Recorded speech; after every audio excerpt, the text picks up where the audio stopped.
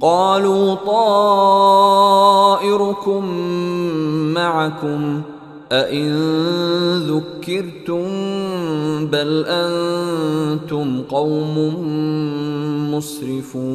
مسرفون۔